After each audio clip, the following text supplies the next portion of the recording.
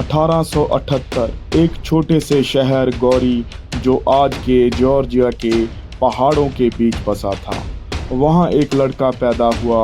नाम था योसेफ जुगाशिवली, जिसे बाद में दुनिया जोसेफ विसिरियोनोविच स्टालिन के नाम से जानने लगी। उस बच्चे का बचपन सख्त और विषम था। उसके पिता मेहनती पर अक्सर पीने और क्रोधित रहने वाले थे। माँ ने उसकी कल्पनाओं और पढ़ाई में जीवन भर साथ दिया। बचपन में ही उसने चर्च की स्कूलिंग शुरू की, पर जिंदगी ने उसे आराम से नहीं रहने दिया। उस युवा योसेफ ने पढ़ाई के साथ साथ क्रांतिकारी विचारों की ओर झुकाव दिखाया। ये वो दौर था जब रूस के कोने कोने में असंतोष और विरोध की लहरें उठ रही थी। उस युवा योसेफ ने अपना नाम और पहचान बदली।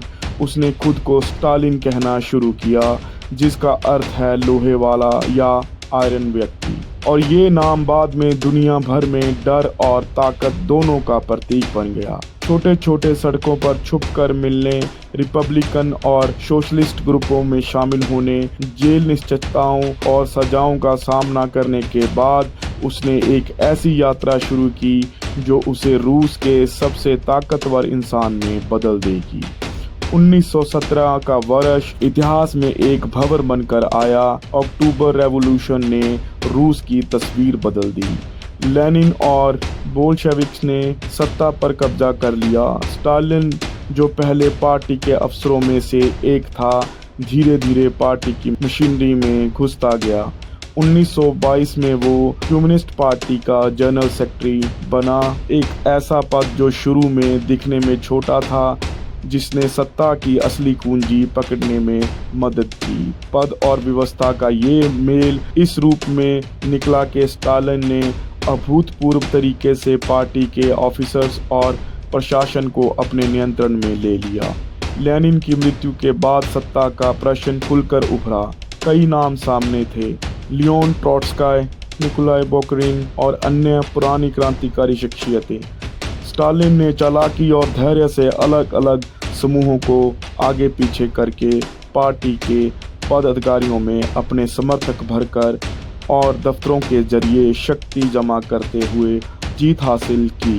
ट्रोट्स्की जैसे क्रांतिकारी को अलग थलग कर दिया गया, वो निर्वासित हुआ। स्टालिन की ये उभरती चालाकी और रणनीति दिखाती है कि उसकी मानसिकता केवल शक्ति पाने की नहीं थी, वो प्रणाली को अपने अनुरूप बदलना चाहता था ताकि कोई भी उसे चुनौती ना दे सके। 1928 के आसपास स्टालिन ने एक बड़ा आर्थिक और सामाजिक प्रयोग शुरू किया, जिसे 5 ईयर प्लान कहा गया। उसका मकसद था यूएसएसआर को शीघ्रता से एक औद्योगिक महाशक्ति बनाना। भारी उद्योग, इस्पात कारखाने, बांध और रेलवे, सब पर बल दिया गया। ये योजना जिस तरह से लागू की गई, उसमें बलपूर्वक किसानों की जमीनें, सरकारी खेती और दलित गरीब पर शामिल था।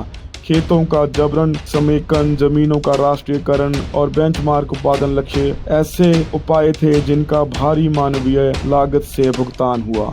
इन नीतियों के कारण ग्रामीण इलाकों में भूखमरी, जबरदस्त उपद्रव और लाखों लोगों की मौतें हुई, खासकर यूक्रेन और कुछ अन्य क्षेत्रों में, जहां अकाल और खाने की जब्ती ने भयानक परिणाम दिए। इस आर्थिक छलांग ने यूएसएसआर को औद्योगिक रूप से बदल दिया, पर खर्च में जीवन और परिवारों के अनगिनत फलस्वरूपों की कीमत चुकानी पड़ी। यहाँ एक चीज समझ लीजिए, स्टालिन के निर्णयों के पीछे सिर्फ आर्थिक सोच नहीं थी, राजनीति भी थी। उन्होंने सोचा कि शक्ति और आत्मनिर्भरता सिर्फ हथियारों और उद्योग से आएगी और किसानों की स्वतंत्रता राष्ट्रवाद या व्यक्तिगत आज़ादी से ऊपर रखी गई। इसीलिए जब सामूहिक कृषि लागू किया गया तो विरोध करने वालों के खिलाफ कठोर कदम उठाए गए। अनाज जब्त किया गया, विरोधियों को कसूरवार करार दिया गया और जगह जगह दमन हुआ। परिणाम स्वरूप होने वाली भूखमरी और अकाल से लाखों लोग मरे। ये इतिहास का बड़ा और दर्दनाक अध्याय है। 1930 के दशक की शुरुआत में स्टालिन की पकड़ और भी मजबूत हो चली थी। वो अकेले किसी तरह से सत्ता से समझौता नहीं करने वाला था। 1936 और 1938 के बीच सोवियत यूनियन में जो हुआ उसे आज ग्रेट पर्ज या ग्रेट टेरर कहा जाता है। ये एक ऐसी लहर थी, लाखों लोगों पर शक किया गया, उन्हें गिरफ्तार किया गया। अनेक पुराने क्रांतिकारियों, नेताओं, सेना के उच्च अधिकारियों और आम नागरिकों को झूठे आरोपों में फंसाकर भेजा गया या मार दिया गया। NKVD नामक गुप्त पुलिस ने व्यापक गिरफ्तारी अभियान चलाया। इन अभियानों का मकसद केवल विरोधियों को हटाना नहीं था, बल्कि डर का एक ऐसा वातावरण बनाना भी था जिसमें कोई खुलकर कुछ कह ना पाए। कुछ पुराने बोल्शेविक नेताओं को दुश्मन घोषित करके समाप्त कर दिया गया। यह दौर स्टालिन के व्यक्तिगत डर, शक और नियंत्रण कुशलता का दिखाव था। स्टालिन का कल्ट ऑफ पर्सनैलिटी भी इसी दौर में प्रबल हुआ। उसे बिल्कुल एक अजेय नेता के रूप में प्रस्तुत किया गया। स्कूलों में उससे जुड़ी कहानियां पढ़ाई गई, अखबारों और रेडियो पर उसकी महानता का गुणगान हुआ और इतिहास को इस तरह पेश किया गया कि वो हर उपलब्धि का मुख्य नायक रहे। स्टालिन की तस्वीरें, उसके किस्से और उसके बारे में मिथक राजकीय मशीनरी के जरिए फैलाए गए ताकि विरोधी या प्रश्न करने वाला कोई ना रहे। ये पद्धति सत्ता को वैध दिखाने के साथ साथ आलोचना को खत्म करने का शानदार हथियार बन गई। दूसरे विश्व युद्ध का समय एक अलग तरह की परीक्षा थी। 1941 से 1945 तक हिटलर की जर्मनी ने सोवियत यूनियन पर अचानक हमला कर दिया। ये वही ऑपरेशन बारबोसा था जिसने सोवियत भूमि पर विनाश ला दिया। स्टालिन की नीतियां, उसकी सेना की तैयारी और सैन्य नेताओं की दमनकारी कट छांट ने शुरुआत में रेड आर्मी को कमजोर कर दिया था, पर युद्ध के दौरान सोवियत जनता की पीछे हटने और लड़ने की कहानी भी है। भारी कीमत पर सोवियतों ने मोर्चों पर और घर पर सबसे अधिक बलिदान दिए। अंत रेड आर्मी ने मुश्किल संघर्ष के बाद पश्चिम की ओर प्रगति की और दूसरे विश्व युद्ध के बाद 1945 में जब जर्मनी हार गया और रेड आर्मी ने बर्लिन पर कब्जा किया, स्टालिन एक वैश्विक शक्ति के शिखर पर खड़ा था। अलाइड पावर्स, अमेरिका, ब्रिटेन और सोवियत यूनियन युद्ध के विजेता थे, लेकिन युद्ध खत्म होते ही दोस्ती की वजह ने ले ली। ये वो दौर था जब कोल्ड वार की शुरुआत हुई। स्टालिन ने महसूस किया कि पश्चिमी शक्तियां, खासकर यूनाइटेड स्टेट्स, सोवियत यूनियन की विचारधारा कम्युनिज्म को दुनिया में फैलने से रोकना चाहती है। इसीलिए स्टालिन ने ईस्टर्न यूरोप पर अपनी पकड़ मजबूत करना शुरू किया। पोलैंड, हंगरी, चेकोस्लोवाकिया, रोमानिया और ईस्ट जर्मनी, इन सब जगहों पर कम्युनिस्ट सरकारें बनाई गईं। इसे कहा गया ईस्टर्न ब्लॉक।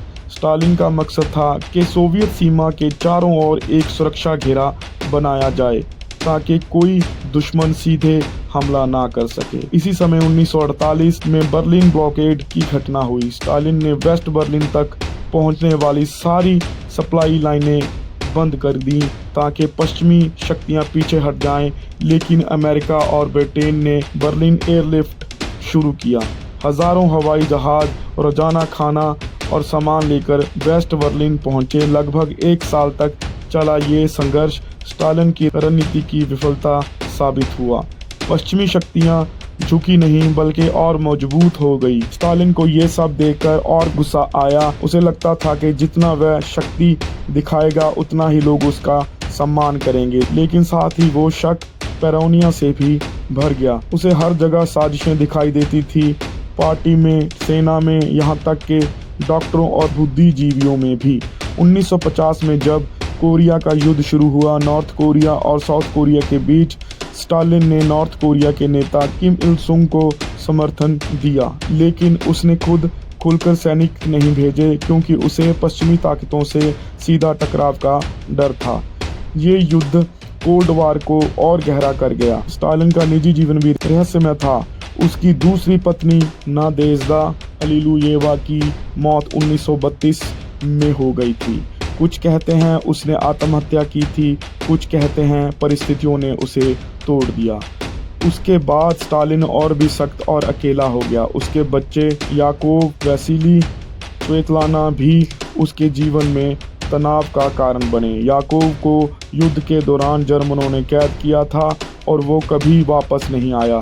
वैसिली शराब और लापरवाह जीवन शैली का शिकार हुआ। स्वेतलाना अपने पिता साय में बड़ी हुई, लेकिन बाद में पश्चिम भाग गई। स्टालिन ने अपनी फैमिली को भी उतनी ही कठोरता से देखा जितना दूसरों को। 1940 और 1950 के शुरू में उसने एक और डरावना अभियान छेड़ा जिसे डॉक्टर्स प्लॉट कहा जाता है। कई यहूदी डॉक्टरों पर आरोप लगाया गया कि वो सोवियत नेताओं को जहर देकर मारना चाहते हैं। इन डॉक्टरों को गिरफ्तार किया गया और उन्हें यातनाएं दी गई। ये अभियान स्टालिन के गहरे बैठे शक का प्रतीक था।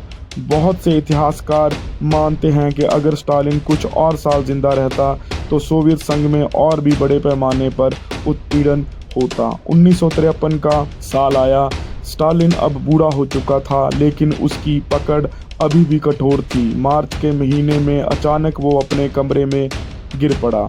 घंटों तक किसी ने उसकी मदद नहीं की, क्योंकि उसके आसपास के अधिकारी डरते थे कि कहीं नेता को छूकर उन्होंने कोई गलती ना कर दी हो। जब तक डॉक्टर आए बहुत देर हो चुकी थी। 5 मार्च 1953 को जोसेफ स्टालिन की मृत्यु हो गई। उसकी मौत पर पूरा देश सन्न रह गया। लाखों लोग मॉस्को की सड़कों पर उमड़ आए उसके अंतिम दर्शन के लिए, लेकिन मौत के बाद धीरे धीरे उसकी नीतियों पर सवाल उठने लगे। 1956 में उसके उत्तराधिकारी निकिता खुर्श्चेव ने सीक्रेट स्पीच में खुलकर स्टालिन की आलोचना की। बताया कि कैसे उसने आतंक और दुश्मन के सहारे शासन चलाया। ये प्रक्रिया डिस्टालिनाइजेशन के नाम से जानी गई। स्टालिन की मूर्तियां तोड़ी गईं, उसके नाम पर बने संस्थान बदले गए और उसके शासन की क्रूरता को इतिहास की किताबों में लिखा गया। फिर भी जोसेफ स्टालिन का प्रभाव आज तक महसूस किया जाता है। उसके शासन ने सोवियत यूनियन को औद्योगिक महाशक्ति बनाया, जिसने नाजी जर्मनी को हराया और कोल्ड वार के नक्शे को खींचा। लेकिन उसने लाखों निर्दोष लोगों की जान भी ली, स्वतंत्रता को कुचल दिया और डर को एक शासन का आधार बना लिया। उसकी विरासत एक विरोधाभास है। एक तरफ महान नेता जिसने रूस को महाशक्ति बनाया, दूसरी तरफ तानाशाह जिसने अपने ही लोगों को भय और अत्याचार के बीच जीने पर मजबूर किया।